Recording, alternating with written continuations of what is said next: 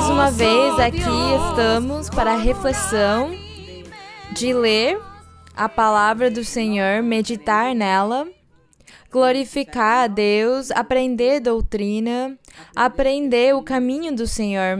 Então, contentes estamos hoje por causa disso. Eu desejo que o Senhor esteja com cada um de vocês, que Deus abençoe vocês, que Ele ouça as suas orações, as suas necessidades, as suas petições, que seja Deus agindo e fazendo milagres e sinais no meio de todos. Chegaram para mim e-mails onde as pessoas testificam para mim que Deus tem abençoado eles, tem curado eles, mesmo na distância, eles me contam, eles me pedem oração e desde a distância o Senhor faz um milagre nas pessoas. É isso formoso, que Ele está nos ouvindo e Ele está nos escutando. Hoje, que nem todas as vezes, vamos estar meditando na palavra do Senhor, mas eu vou destacar o testemunho que o Pai, o nosso Deus, deu ao respeito do Senhor Jesus Cristo quando Ele ia vir na Terra e quando Ele estava na Terra pregando o Evangelho do Reino dos Céus. Então, em primeiro lugar, estaremos lendo em Isaías 42, do verso 1 ao 4, que é lá onde nós vamos achar uma promessa que Deus fazia para o futuro ou para os últimos dias, ao respeito de engrandecer o Senhor Jesus Cristo como filho dele, e também falando dele que ele ia enviar aquele servo dele, aquele sumo sacerdote, aquele rei, aquele Messias. Ele ia enviar ele na terra para que ele estivesse com os homens, com os seres humanos, ensinando a sua palavra e o seu evangelho, para que as pessoas acreditassem e ganhassem a vida eterna. Então, temos essa promessa maravilhosa em Isaías 42, no verso 1, que fala: Eis aqui meu servo, eu o sustentarei. Ele estava se referindo ao nosso Senhor Jesus Cristo. Meu escolhido, em quem minha alma tem contentamento. Pus sobre ele o meu espírito. Ele anunciará a justiça das nações. Se referindo aqui o nosso Pai à pessoa humana do Senhor Jesus Cristo, que ele dizia que ele tinha colocado nele o seu espírito, porque nós sabemos que o Filho de Deus e Deus é um só. O Senhor Jesus Cristo era o próprio Deus, e Deus tinha pego um corpo humano, Ele tinha se feito homem para estar no meio das pessoas e com elas. E essa parte física foi chamada de Jesus de Nazaré. E falando dessa parte física ou humana do Senhor, Ele falou para aquela parte: pus sobre ele o meu espírito e ele anunciará a justiça das nações. O 2, não gritará, nem levantará a sua voz, nem a fará ouvir nas ruas. Querendo dizer que ele não ia ficar publicando, nem sendo arrogante, nem presumindo, nem se achando ao respeito do seu poder, da sua dignidade, do ministério e do trabalho que ele ia fazer naqueles dias em Jerusalém, na Judá. Mas o Senhor, com toda a sua humildade, ele ia estar pregando o reino dos céus, pregando a palavra do Senhor, ensinando a lei de Moisés e cumprindo ela. Por causa disso, fala que ele não ia gritar nem levantar a sua voz. O Senhor não ia ficar falando: venham, me louvem, se ajoelhem diante de mim, porque eu sou o principal, eu sou o rei. Ele não teve orgulho, ele foi humilde e simples.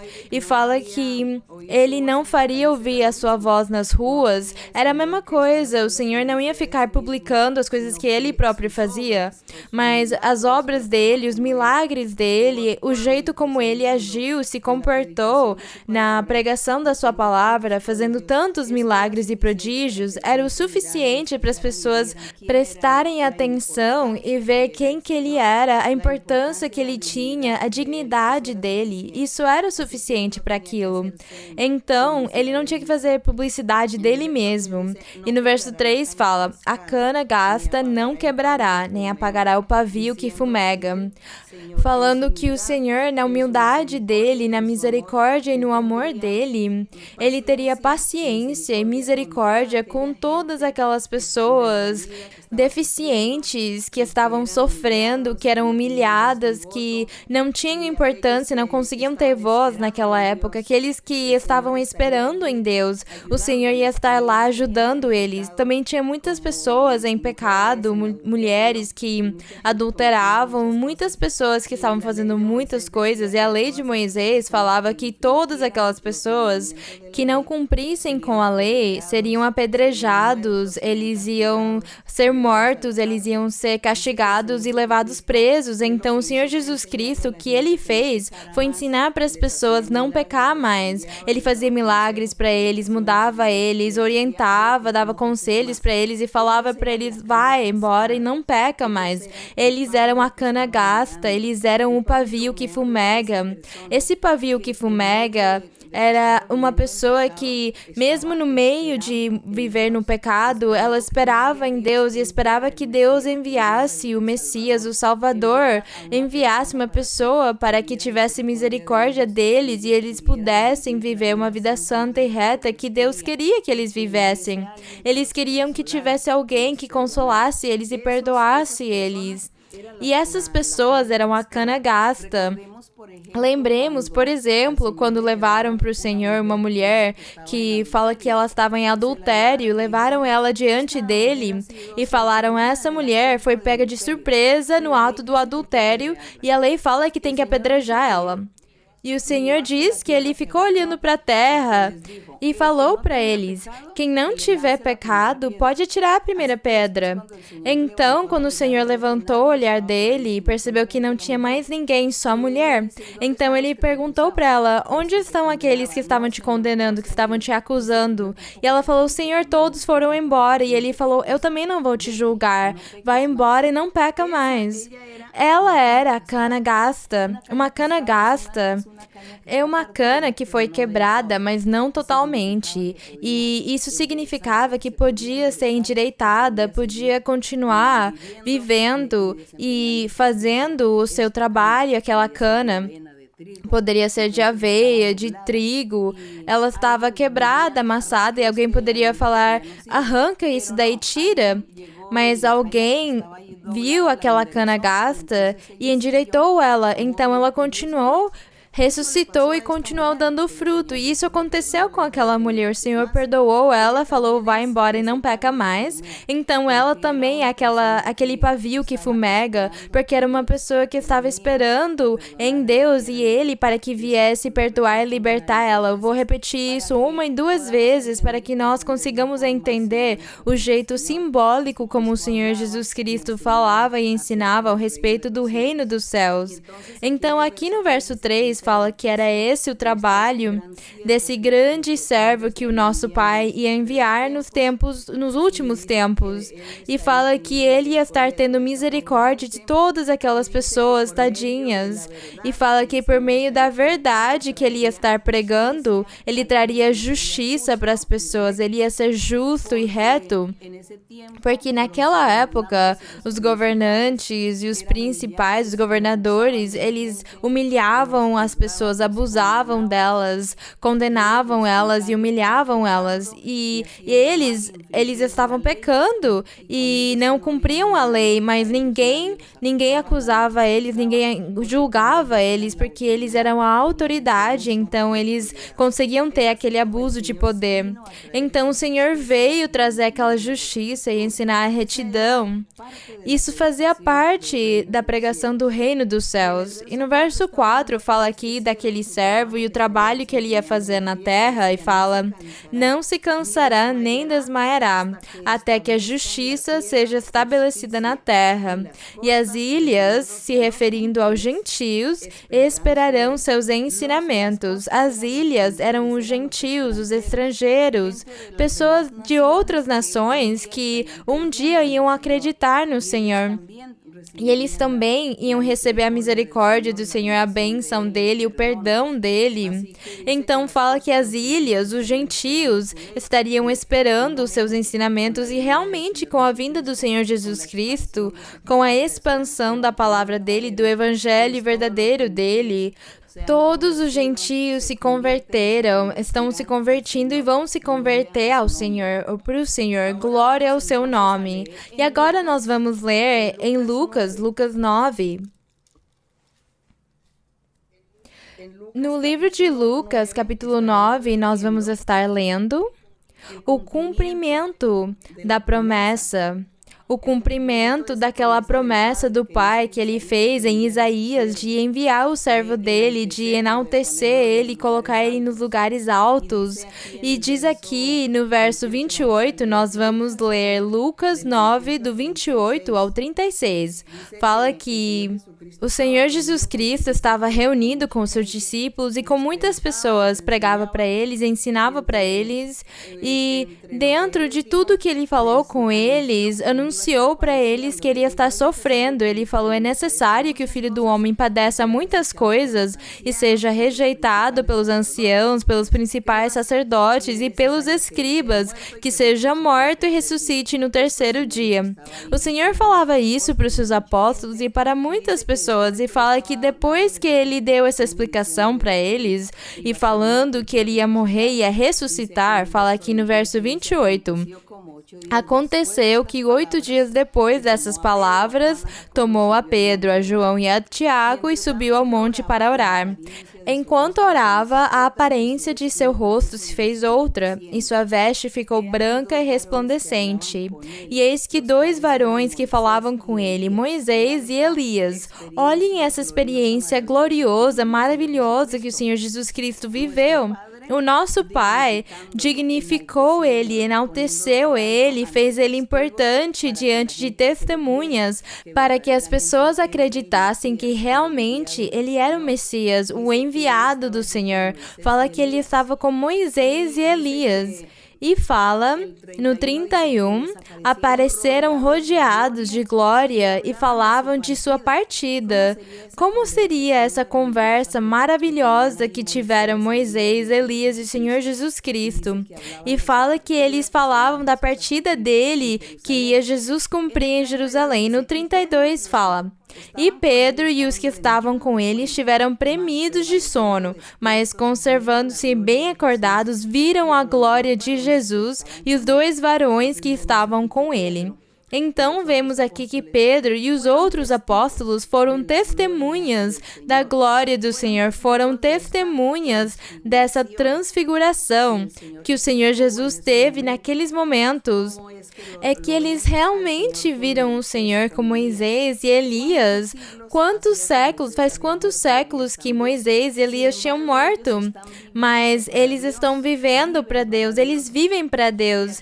E aqui o Senhor estava tendo uma conversa com eles, e eles viam o resplendor, a glória dele, os apóstolos viam. E no 33 fala, e sucedeu que, afastando-se eles de Jesus, Pedro disse a ele, Mestre, bom é estarmos aqui. Fala que isso era um privilégio para Pedro, isso era um grande privilégio. E ele fala, façamos 3 tendas, uma para ti, uma para Moisés e uma para Elias, não sabendo o que dizia. Mas é claro, Pedro não sabia o que ele estava falando, porque Pedro, quando ele viu essa maravilha, essa bênção, essa transfiguração do Senhor, ele achou que Moisés e Elias iam ficar na terra também. E por causa disso, ele queria fazer para cada um deles um tipo de templo, talvez, uma tenda. E no 34 fala, enquanto ele dizia isso, veio uma nuvem que os cobriu. Enquanto Pedro ficava falando que eles iam fazer umas tendas, fala que veio uma nuvem que os cobriu e sentiram temor ao entrar na nuvem. E veio uma voz, que é o que eu quero destacar, a grandeza do Senhor Jesus Cristo. Fala, e veio uma voz da nuvem que dizia, este é meu filho amado. A ele ouvi.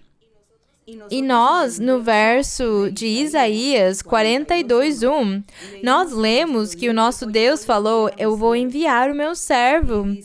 E fala: e ele é o meu filho amado, em quem minha alma tem contentamento, e vou mandar ele para pregar, para ensinar com humildade, com simplicidade, e ele vai ser engrandecido. E cumpriu-se desse jeito, porque aqui estava se cumprindo aquela glória do Senhor Jesus Cristo, estavam se cumprindo aquelas promessas que Deus fez por meio de Isaías ao respeito do Senhor Jesus, porque o próprio Pedro e os colegas dele viram essa maravilha, viram aquele prodígio e ouviram a voz do céu desde a nuvem, quando Deus disse: este é meu filho amado, a ele ouvi, a ele escutai. Somente ele, não vai ter mais outro. Ele vai ser o único, o caminho que vai levar para a vida eterna. Ele era o único caminho. O Senhor não mostrou mais nenhum ser, nenhuma outra pessoa importante, mas só Jesus de Nazaré. Então, todas as escrituras, desde Moisés, profetas, salmos, todas as escrituras falam do nosso Senhor Jesus Cristo, falam dos prodígios e as maravilhas que ele estaria fazendo e que ele faria depois da morte dele e da ressurreição dele. O trabalho que ele estaria fazendo com a sua igreja, com os seus crentes, com os seus seguidores, e a obra majestuosa do Espírito Santo, a promessa do Senhor que disse: eu vou embora, mas eu vou mandar o Espírito Santo, e nós realmente vemos o Espírito Santo hoje nas nossas vidas, se manifestando com os seus dons maravilhosos. Então nós acreditamos no Senhor como aquele Messias, aquele Salvador, aquele Rei que Deus enviou na terra, no mundo, para salvar as almas, para levar as pessoas para a vida eterna. E eu falo de novo, ele é o servo de Deus, ele é o único caminho. É ele quem nós temos que ficar ouvindo, não tem outra pessoa importante, não tem mais ninguém, nenhum outro livro que possa nos dar fé de que esta é a verdade de Deus. É só a Bíblia, Cristo Jesus e a manifestação espiritual dele. E aqui no verso 36 fala: e quando cessou a voz, Jesus foi achado sozinho, e eles calaram. Por aqueles dias não disseram nada a ninguém do que viram. Eles não falaram nada porque eles estavam surpresos. Quem ia acreditar naquelas coisas? Mas para eles foi uma grande bênção, um grande prodígio e testemunho que eles mais para frente, quando eles já tiveram que evangelizar, eles contavam aquele testemunho de todas as maravilhas, de tudo que eles viveram com o Senhor, a glória que Deus deu para ele, as vozes que eles ouviam do céu. Do mesmo jeito que eu convido vocês todos, quem ainda não leu a Bíblia, não lê a Bíblia, pessoas que têm outras religiões diferentes, eu convido vocês para lerem a Bíblia e acreditarem no Senhor Jesus Cristo como o único que vai nos levar para a vida eterna, o único que vai nos dar a salvação, a única pessoa, não tem outro. Que o meu Deus abençoe vocês grandemente e vamos orar por nosso Pai. Padre de nuestro Señor Jesucristo, nuestro Redentor, nuestro Salvador, nuestro Rey, el Mesías que había de venir, está con nosotros el día de hoy. Gracias te damos, Señor, por tu amor, tu misericordia, tus promesas maravillosas que las hablaste desde el principio a través de tus profetas. Y hoy, Señor, nosotros estamos viendo cumplido todas estas palabras, todas estas promesas. Gracias porque disfrutamos de la presencia tuya, de la presencia del Espíritu Santo. Disfrutamos del amor, de la misericordia, de las bendiciones. Disfrutamos de sanidades, prodigios, milagros que tú haces en nuestras vidas. Gracias, Padre. En este momento te pido que extiendas tu mano poderosa, sanadora, haciendo milagros y señales en todas las personas enfermas. Y que también hay personas que están sometidas por el diablo con brujerías, hechicerías, con espíritus malos, con maldiciones. que tú los libertes, que tú rompas esas cadenas y esas ataduras, que destruyas esa obra maligna. Limpia y liberta a cada uno, Señor. Dales gozo, dales paz. Bendice en lo material también, dando el sustento y todo lo que ellos necesiten. Padre Santo, sus peticiones, sus necesidades están delante de ti para que tú tengas misericordia de todos. Gracias, Padre mío. Dales bendición a todos. En el nombre glorioso de Jesucristo, tu Hijo amado, te lo pedimos todo. Amén. Gloria y honra a tu nombre. Gracias, Señor. Vamos cantar para o Senhor o coro 145, Transborda minha alma. Rebosa mi alma de gozo y loor, hay canto y sonrisa, pues Cristo es mi Señor. Otros no comprenden ni puedo ocultar que mi alma con su gozo siempre rebosando está. Rebosa mi alma de gozo y loor, hay canto y sonrisa, pues Cristo es mi Señor. Otros no comprenden ni puedo ocultar que mi alma con su gozo siempre rebosando está. Glória ao meu Senhor. Agradecemos o nosso Deus. Que meu Deus abençoe vocês e até mais.